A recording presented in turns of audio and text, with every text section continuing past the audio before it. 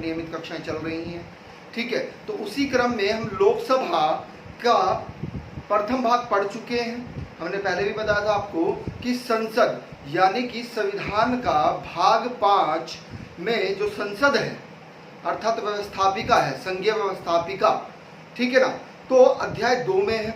तो अध्याय 2 में लोकसभा हमने पहले पढ़ा, लोकसभा का एक पार्ट हम पढ़ चुके हैं। आज लोकसभा का दूसरा पार्ट आपको पढ़ाया जाएगा, ठीक है। तो आइएगा स्टार्ट करते हैं, देखिएगा, समझिएगा बिल्कुल ध्यान से। छोटा ही वीडियो रहेगा, इससे पहले वाला वीडियो काफ़ी लंबा था, शायद 1 घंटा 20 मिनट का वह वीडियो था। तो उसमें पूरा हमने विस्तृत रूप से उनको समझाया है कि लोकसभा के कार्य क्या होते हैं, अध्यक्ष कौन होता है, उपाध्यक्ष क्या होता है, सबके बारे में हमने चर्चा की थी। तो ठीक है, आइएगा आगे चलते हैं। चलिए देखिएगा, तो लोकसभा पार्ट 2 की बात कर रहे हैं हम। किसकी? लोकसभा। लोकसभा। अब लोकसभा में जो पहला फैक्ट आज का है वह यह बनता है, बिल्कुल ध्यान से समझना है एक एक तथ्य को, कि जो प्रथम भारत के यानी कि भारत के प्रथम लोकसभा अध्यक्ष कौन थे? तो भारत के प्रथम लोकसभा अध्यक्ष, बहुत ही इंपॉर्टेंट नाम है, ठीक है। इनको शॉर्ट फॉर्म में बोलते हैं, लेकिन हम फुल फॉर्म में लिखेंगे इनका नाम गणेश वासुदेव मावलंकर। Clear point? इनको जीवी मावलंकर भी बोलते हैं, ठीक है। दूसरा ही प्रश्न क्या बनेगा? इनका कार्यकाल, कभी कभी कार्यकाल भी इनसे पूछ लिया जाता है। बहुत इंपॉर्टेंट प्रश्न है, बहुत इंपॉर्टेंट, क्योंकि कथन निष्कर्ष में यहां से प्रश्न बन जाता है। तो जो इनका कार्यकाल रहा, वास्तव में जो इनका कार्यकाल था, अगर हम कार्यकाल की बात करें तो इनका कार्यकाल वास्तव में 15 मई 1952 से 27 फरवरी तक रहे थे। 27 फरवरी 1956 तक रहे। अब इनके संबंध में ही एक और फैक्ट पूछ लिया जाता है कि ये प्रथम लोकसभा अध्यक्ष थे, है ना, लोकसभा अध्यक्ष थे प्रथम। तो इसी से संबंधित एक और फैक्ट इनके नाम से बनता है। क्या बनता है? कि इनके विरुद्ध बहुत इंपॉर्टेंट फैक्टर पूछा जाता है, पदोचित, ठीक है, पदच्युत यानी कि पद से हटाने के लिए, है ना, ये शब्दावलियां है ना। पद से हटाने के लिए क्या किया गया? करने के लिए प्रस्ताव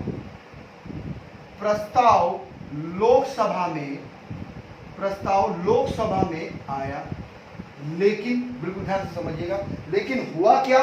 लेकिन वह पारित नहीं हुआ, न हो सका। Clear point? बात समझ में आ रही है?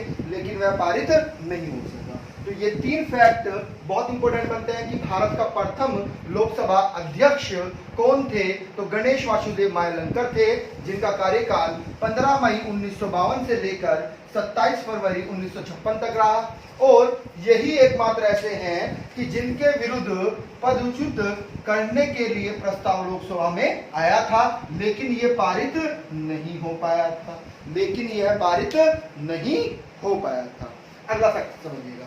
अगला फैक्ट आपसे ये पूछा जाता है कि भारत की प्रथम महिला, बहुत इंपॉर्टेंट है, महिला लोकसभा अध्यक्ष कौन है? तो आप जानते ही होंगे, कांग्रेस की नेता थी, बहुत बड़ी लीडर थी, जिनका नाम क्या था? मीरा कुमार। तो मीरा कुमार जो है वास्तव में वे पहली महिला है जिन्होंने लोकसभा की अध्यक्षता की है। क्लियर है पॉइंट? 1 मिनट रुकिएगा। तो पहली महिला लोकसभा अध्यक्ष जो थी वह मीरा कुमार थी, कांग्रेसी नेता थी, है ना, जगजीवन राम जी की पुत्री थी, वो भी वरिष्ठ कांग्रेसी नेता थे, ठीक है। तो कभी कभी होता क्या है, इनका भी आपसे क्या पूछा जाएगा? कार्यकाल पूछ लिया जाएगा। तो इनका जो कार्यकाल था, लिख लीजिएगा आप यहाँ पर, अगर कार्यकाल की बात करें, है ना, तो इनका कार्यकाल वास्तव में 3 जून 2009 से 3 जून 2005 वर्ष और बढ़ा दीजिएगा तो कितना बन गया 14, तो 2014। अब यहां से भी प्रश्न क्या बनेगा, बिल्कुल ध्यान से समझिएगा कि मीरा कुमार जो थी प्रथम महिला लोकसभा अध्यक्ष थी। तो ये वास्तव में क्रम में, इनका अगर क्रम से पूछा जाए कि ये किस क्रम की लोकसभा अध्यक्ष थी, तो वास्तव में ये 20वीं लोकसभा अध्यक्ष थी। पॉइंट क्लियर है। क्रम में अगर पूछा जाए कि किस क्रम की ये लोकसभा अध्यक्ष थी, तो 20वें क्रम की ये लोकसभा अध्यक्ष थी। लेकिन अगर पूछा जाए कि व्यक्ति क्रम में ये कौन सा क्रम लेती है, तो व्यक्ति क्रम में ये वास्तव में 15वीं लोकसभा अध्यक्ष थी। कौन सी? 15वीं लोकसभा अध्यक्ष। तो मीरा कुमार जी से बस इतना ही प्रश्न यहां से बनता है। ठीक है, अब दूसरी कौन है? दूसरी महिला लोकसभा अध्यक्ष कौन है? तो सुमित्रा महाजन है। कौन है? सुमित्रा महाजन है। पॉइंट क्लियर है। दूसरी महिला जो है लोकसभा अध्यक्ष वह कौन है? सुमित्रा महाजन है, जो 6 जून 1914 से कब तक रही? 5 वर्ष बढ़ा दीजिएगा, 19 तक रही, है ना। आ रही है बात समझ में? कमेंट करके हमें बताइएगा कि वर्तमान में लोकसभा अध्यक्ष कौन है। वर्तमान में लोकसभा अध्यक्ष कौन है, कमेंट करके हमें बताइएगा।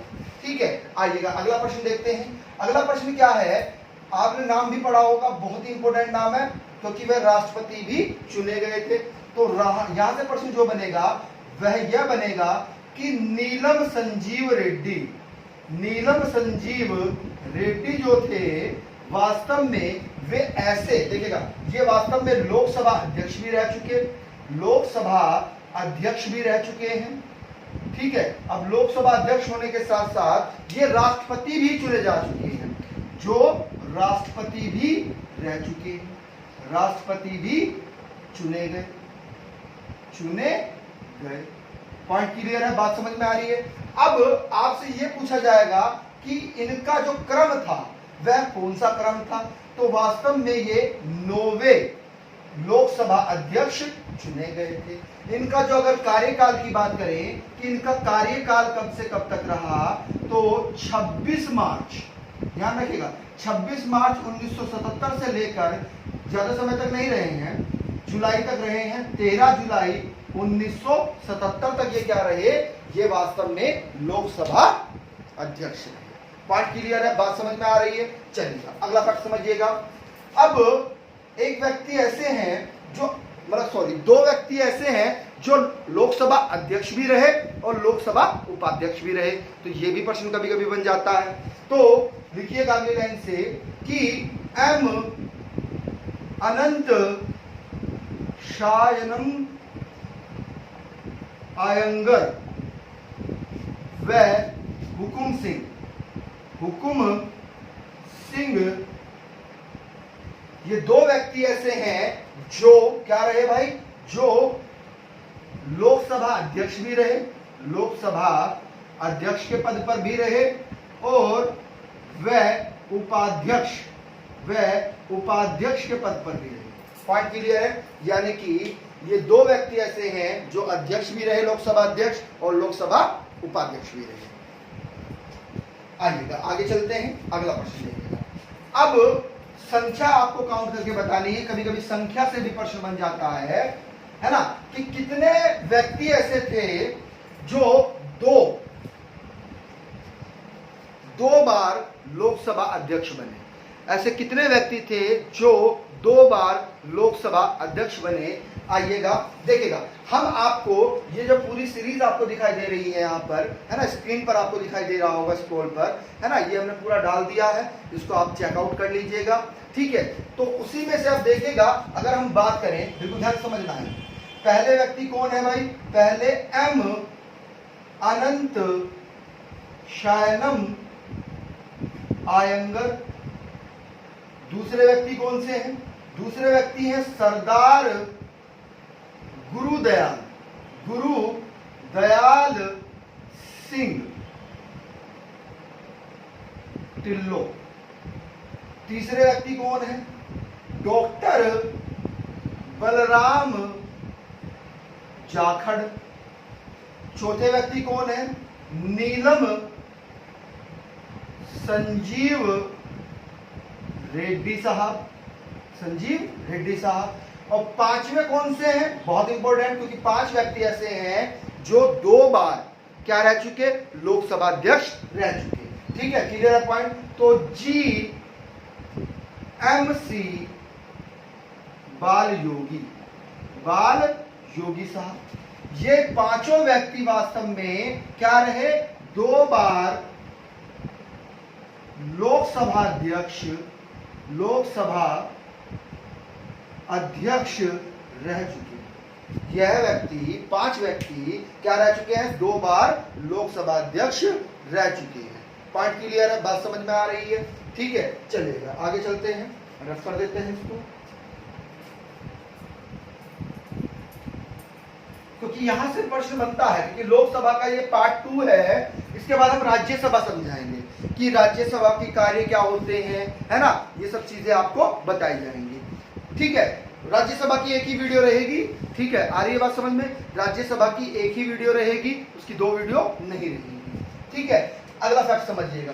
अगला फैक्ट क्या है? कभी कभी आपसे एक प्रश्न पूछ लिया जाता है कि तात्कालिक, बहुत इंपॉर्टेंट है, तात्कालिक अध्यक्ष किसे कहते हैं? तात्कालिक अध्यक्ष क्या होता है? ये आपसे कभी कभी प्रश्न बन जाता है। तो आप लिख लीजिएगा इसको कि प्रत्येक आम चुनाव के बाद, प्रत्येक आम चुनाव का मतलब है लोकसभा का चुनाव। आम चुनाव का मतलब क्या है? लोकसभा का चुनाव। प्रत्येक आम चुनाव या प्रत्येक 5 वर्ष बाद, ठीक है, आम चुनाव के बाद राष्ट्रपति, प्रत्येक आम चुनाव के बाद राष्ट्रपति निर्वाचित सदस्यों में से सबसे वरिष्ठ, इसको अंडरलाइन करना है बस, सबसे वरिष्ठ, इसको अंडरलाइन करना है, सबसे वरिष्ठ सदस्य को घोषित करता है। पॉइंट क्लियर है? यानी कि तात्कालिक अध्यक्ष कौन होता है? यानी कि राष्ट्रपति निर्वाचित सदस्यों में से, जो निर्वाचित करके लोकसभा में पहुंचे हैं, उनमें सबसे वरिष्ठ सदस्य को क्या करते हैं? तात्कालिक अध्यक्ष घोषित करते हैं। अब इनका कार्य क्या है भाई? इसका कार्य वास्तव में क्या है?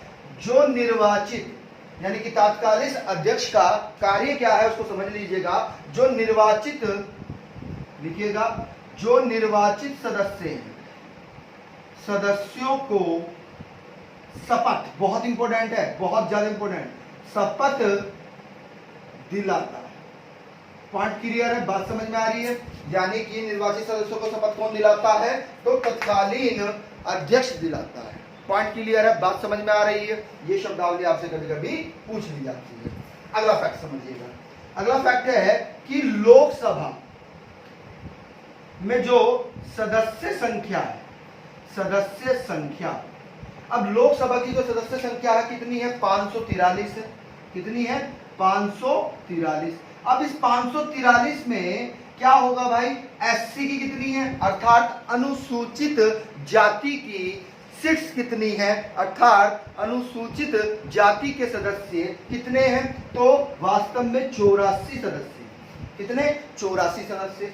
लेकिन आपसे पूछा जाए कि एसटी यानी कि अनुसूचित जनजाति, अनुसूचित जनजाति के कितने सदस्य हैं? तो ये 47 है। कितने हैं? 47। कभी कभी प्रश्न यहां से भी बन जाता है। सीधा प्रश्न है, कोई तथ्यात्मक रूप नहीं है इसमें, है ना? सीधा सीधा आपसे पूछा जाएगा कि लोकसभा की सदस्य संख्याओं में जो अनुसूचित जाति है, तो अनुसूचित जाति में कितनी सीट्स होती हैं? तो 84 होती हैं। पूछा जाएगा अनुसूचित जनजाति में कितनी सीट होती हैं? तो अनुसूचित जनजाति में 47 सीट होती है। क्लियर है पॉइंट? चलेगा, आगे चलते हैं।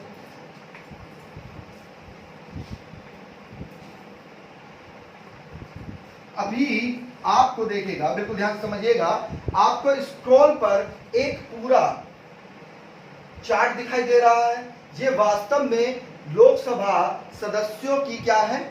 सूची है।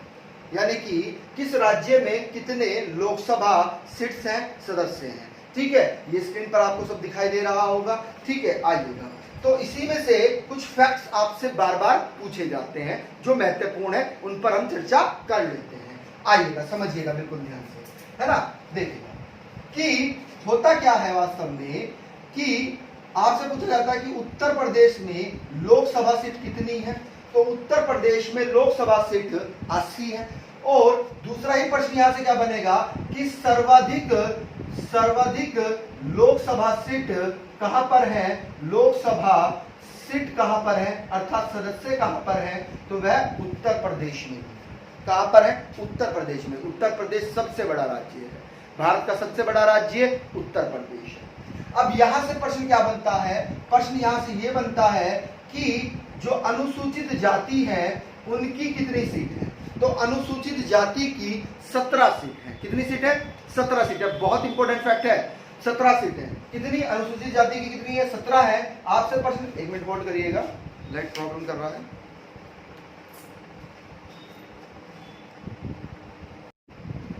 ये लाइट की वजह से थोड़ा प्रॉब्लम रहती है। चलिए आइएगा, देखिएगा, तो उत्तर प्रदेश में सर्वाधिक लोकसभा सदस्य सीट है आपकी, और उसमें एससी कितनी है, 17। तो यहां से प्रश्न ये भी बनता है कि सर्वाधिक अनुसूचित जाति के लिए लोकसभा सदस्य संख्या कहां पर है, तो लोकसभा सदस्य संख्या सर्वाधिक एससी की अर्थात अनुसूचित जाति की कहां पर है, तो उत्तर प्रदेश में। यहां पर एसटी की कितनी है, समझिएगा, यानी कि अनुसूचित जनजाति की 0 है।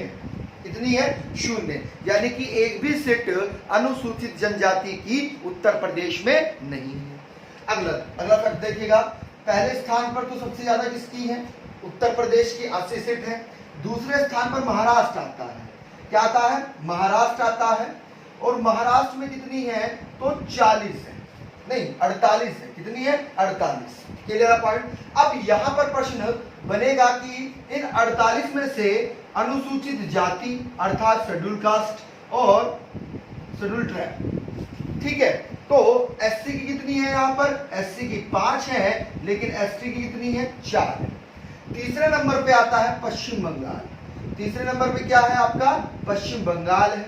पश्चिम बंगाल में 42 सीट है, और इन 42 में एससी कितनी है, ये भी प्रश्न बनता है, तो एससी की 10 है। कितनी है, 10।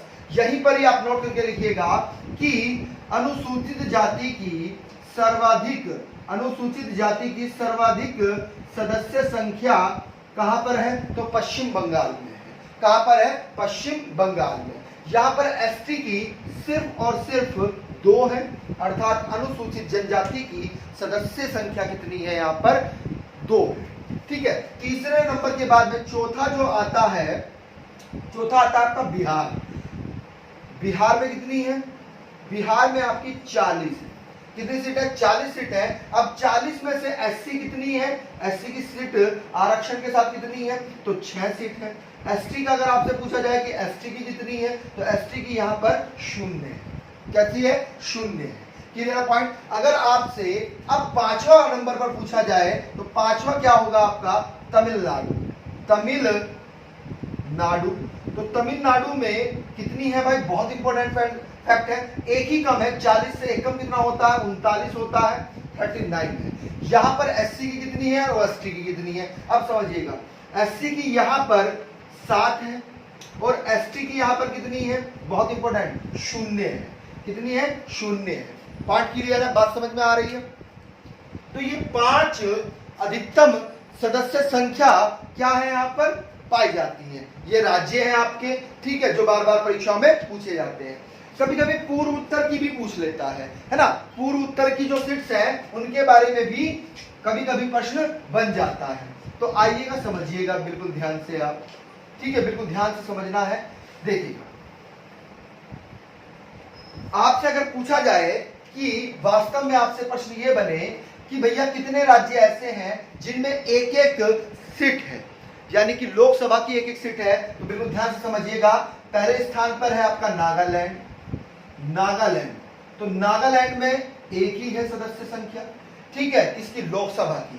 दूसरे स्थान पर आएगा आपका सिक्किम, है ना, दूसरे स्थान पर क्या आएगा, सिक्किम आएगा। सिक्किम में भी कितनी है, एक ही है। तीसरे स्थान पर आएगा आपका क्या, मिजोरम, मिजोरम है, मिजोरम में भी कितनी है, एक है।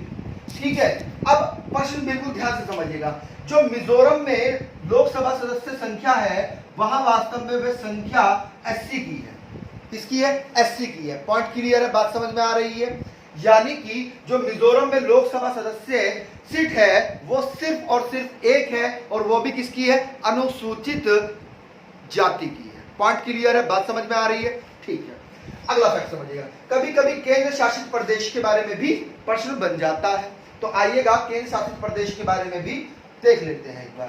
क्लियर पॉइंट, हेडिंग बना लीजिएगा, केंद्र शासित प्रदेश। केंद्र शासित प्रदेश में लोकसभा सदस्यों की संख्या, तो सबसे ज्यादा अगर आपसे पूछी जाएगी कि सबसे ज्यादा संख्या किसमें है, तो सबसे ज्यादा संख्या दिल्ली में है। यहां पर लोकसभा सदस्य की जो संख्या है वह 7 है, और इस 7 में से भी जो एससी है, एससी की एक सीट है यहाँ पर, यानी कि शेड्यूल कास्ट की क्या है, अनुसूचित जाति की एक सीट यहाँ पर है। Clear point. अगला देखिएगा, दिल्ली के बाद में हम अगर बात करें चंडीगढ़, है ना, देखिएगा अंतर को समझना है बिल्कुल ध्यान से। चंडीगढ़, चंडीगढ़ में भी एक ही सदस्य संख्या है, लेकिन यहां पर हमने एक एक सदस्य संख्या सिर्फ राज्यों की बात कर रहे हैं। ये क्या है, ये केंद्र शासित प्रदेश है। चंडीगढ़ क्या है, केंद्र शासित प्रदेश है। पॉइंट क्लियर है, बात समझ में आ रही है।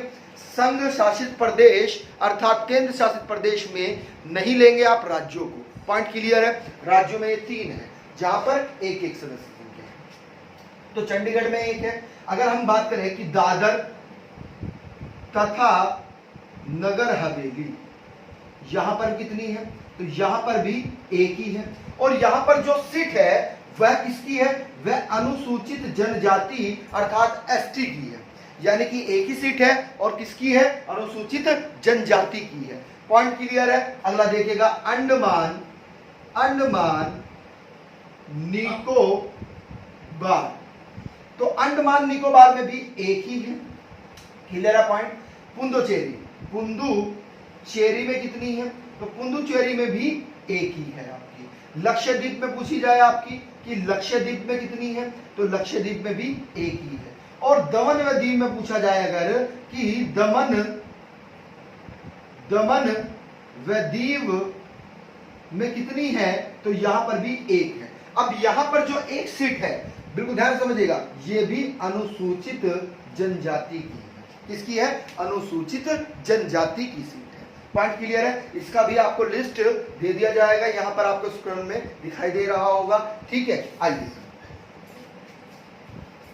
चलिए, यहां से प्रश्न बार बार बनते हैं भाई, ठीक है। Clear point. अब आप एक चीज नोट करके लिख लीजिएगा, है ना, नोट करके ये लिखना है कि 13 राज्य ऐसे हैं, नोट करके लिखना है, कितने राज्य, 13 राज्य। 13 राज्य ऐसे हैं जिसमें, ऐसे करके लिखिएगा, में अनुसूचित जनजाति के लिए सीट आरक्षित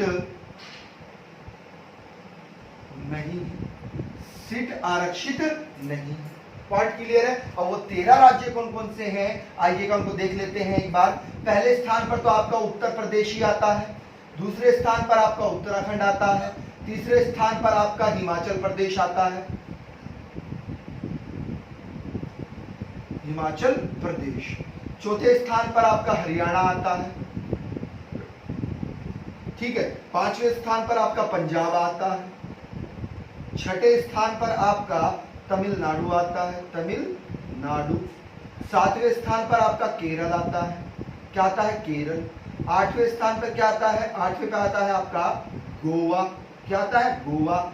और 9वें स्थान पर क्या आता है आपका बिहार, ठीक है, 9वें स्थान पर क्या है, बिहार। और 10वें स्थान पर क्या आता है आपका सिक्किम, क्या आता है, सिक्किम।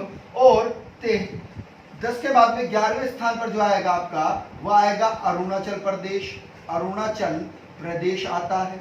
और 12वें स्थान पर आएगा आपका नागालैंड, कौन सा, नागालैंड आता है। और बिल्कुल ध्यान समझिएगा, 13वां जो बचा वह क्या है, जम्मू कश्मीर। क्या है, जम्मू कश्मीर। यानी कि यहां पर अनुसूचित जनजाति के लिए कोई भी सीट इन राज्यों में आरक्षित नहीं की गई है। पॉइंट क्लियर है, बात समझ में आ रही है? ठीक है, जिसने पहले वाला वीडियो नहीं देखा है तो वह गीतांजलि क्लासेस एप्लीकेशन डाउनलोड करके वहां पर हमारी नियमित कक्षाएं चलती हैं, है ना। विस्तृत रूप से वहां पर लोकसभा के बारे में पढ़ाया गया है, तो वह वहां पर जाकर देख सकते हैं। ठीक है, आइएगा अगला फैक्ट समझिएगा। अब आपसे पूछा जाएगा कि वास्तव में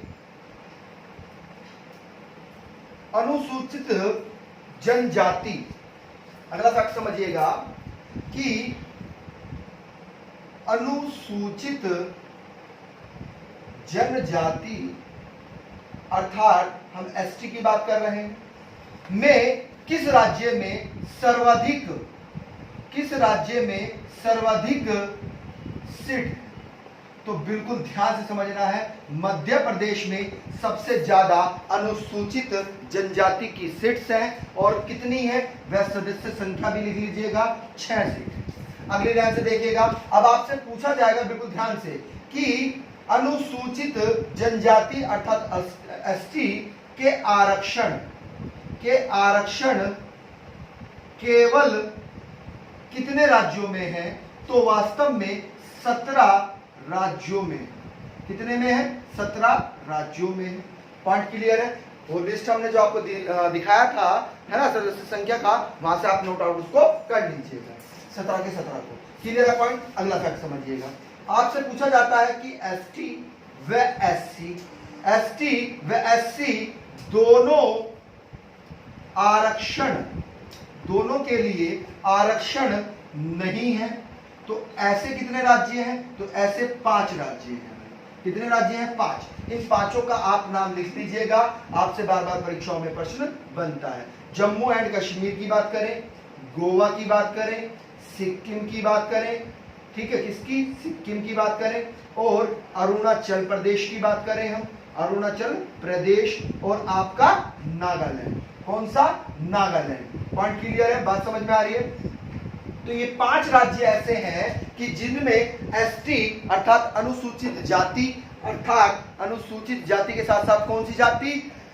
अनुसूचित जनजाति दोनों के आरक्षण नहीं दिए गए हैं। तो ऐसे कितने राज्य हैं? 5 राज्य हैं।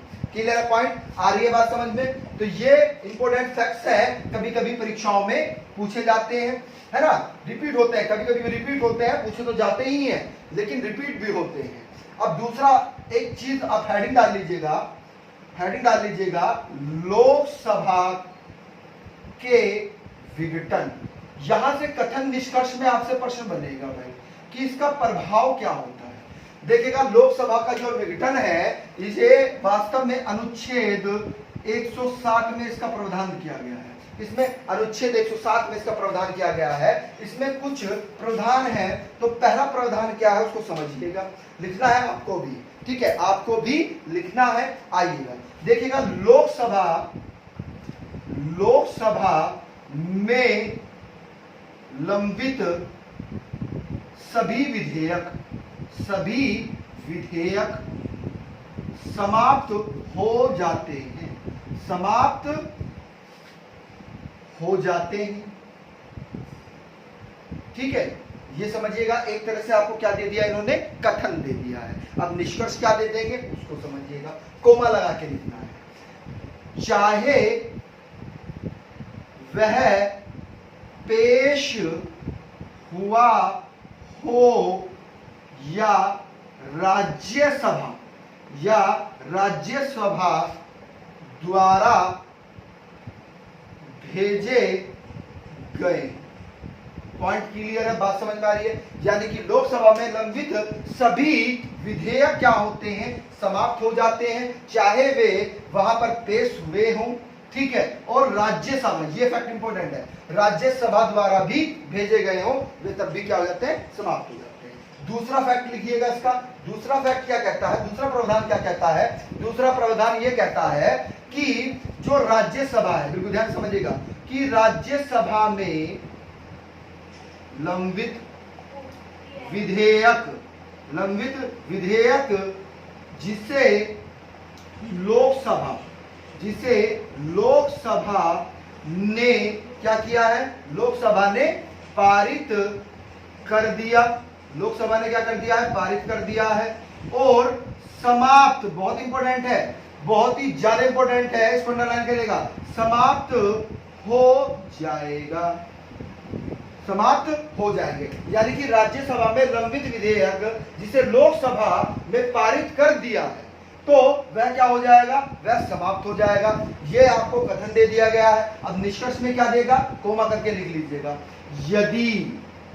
यदि पारित करने के लिए, यदि पारित करने के लिए संयुक्त बैठक है ना, जो 108 में है, अनुच्छेद किसमें है, 108, संयुक्त बैठक लिख लीजिएगा, अनुच्छेद 108 में संयुक्त बैठक के तहत राष्ट्रपति बुलाता है तो तब विधेयक समाप्त नहीं होगा, समाप्त नहीं होगा। बहुत ही इंपॉर्टेंट फैक्ट है। यानी कि राज्यसभा में लंबित विधेयक जो है ना, जो लंबे समय से चल रहा है, ठीक है, जिससे लोकसभा में पारित कर दिया है, यानी कि जिसे लोकसभा में पारित कर दिया है तो वह क्या हो जाएगा, समाप्त हो जाएगा। यदि पारित करने के लिए क्या किया गया भैया, संयुक्त बैठक की गई, किसके तहत, राष्ट्रपति के तहत। ये अधिकार कौन देता है, अनुच्छेद 108 देता है राष्ट्रपति जी को। तो अगर संयुक्त बैठक बुला रहे हैं तो तब इस विधेयक को समाप्त नहीं होगा, समाप्त नहीं किया जा सकता। फिर राष्ट्रपति जी क्या करेंगे, बैठक करेंगे और उसका निर्णय करेंगे। ठीक है। अब चौथा फैक्ट क्या कहता है इस प्रावधान में, विघटन के में, लोकसभा के विघटन में चौथा फैक्ट समझिएगा। यहां से कथन निष्कर्ष में प्रश्न बन सकता है आपके साथ, और बनता है। चौथा फैक्ट क्या कहता है, देखिएगा, समझिएगा, कि जो विधेयक दोनों सदनों से पास हो जाए। यदि विधेयक दोनों सदनों से क्या हो गया है, पास होकर कहां पहुंच गया है, राष्ट्रपति जी के पास सहमति, बहुत इंपॉर्टेंट है, सहमति के लिए भेजा गया हो। अब को लग रही है तो उस पर लोकसभा के विघटन का कोई प्रभाव नहीं पड़ता है। पॉइंट क्लियर है, बात समझ में आ रही है।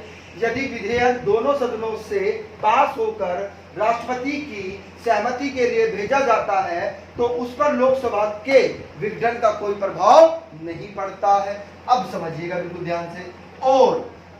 और यदि विधेयक को क्या कर दिया, राष्ट्रपति जी ने क्या कर दिया है, पुनर्विचार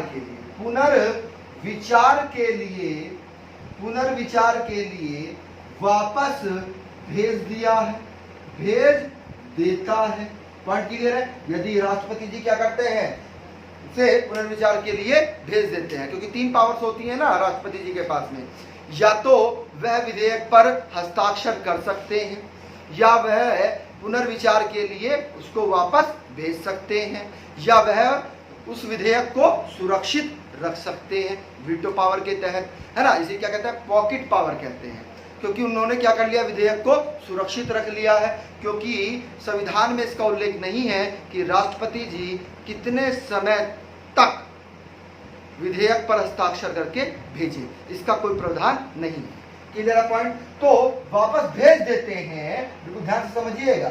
तो अब होगा क्या, ये तो नए सदन, बहुत इंपॉर्टेंट फैक्ट है, इसको अंडरलाइन करिएगा इस लाइन को, नए सदन द्वारा उस पर पुनर्विचार किया जा सकता है। पॉइंट क्लियर है। यानी कि सरकारी विधेयक हो या गैर सरकारी विधेयक हो, कोई भी विधेयक हो, यदि राष्ट्रपति जी ने उसको पुनर्विचार के लिए वापस भेज दिया है, अगर वह लोकसभा से आया है, तो जो नया सदन का मतलब ये है कि वह राज्यसभा में भेजा जाएगा, किसके लिए? पुनर्विचार के लिए भेजा जाएगा। क्योंकि राष्ट्रपति जी के पास में तब जाता है जब लोकसभा भी पास कर देती है, राज्यसभा भी पास कर देती है, तब राष्ट्रपति जी के हस्ताक्षर के लिए वह जाता है। अब पांचवा फैक्ट है, इसको भी आप लिख लीजिएगा, ये भी कभी कभी कथन निष्कर्ष में पूछ लिया जाता है ना। इसके बाद आपका लोकसभा समाप्त हो जाएगा, इसके बाद आपको राज्यसभा पढ़ाया जाएगा।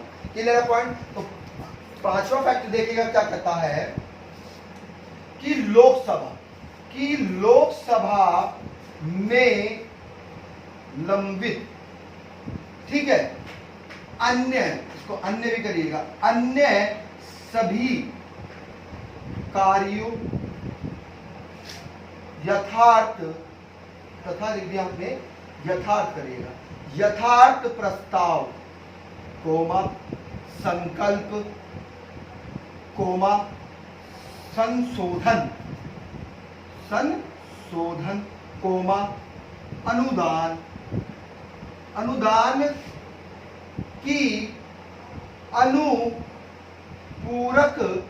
मांगे आदि, बहुत सारी चीजें हैं ये, पर मेन चीज हमने लिख दी है कि यानी कि लंबित अन्य सभी कार्य अर्थात प्रस्ताव, संकल्प, संशोधन, अनुदान की अनुपूरक मांगे आदि क्या हो जाती हैं भाई? समाप्त हो जाती है, समाप्त को अंडरलाइन करिएगा, समाप्त हो जाती है। लेकिन किंतु, इसको ध्यान रखना है, किंतु सदन के 17वां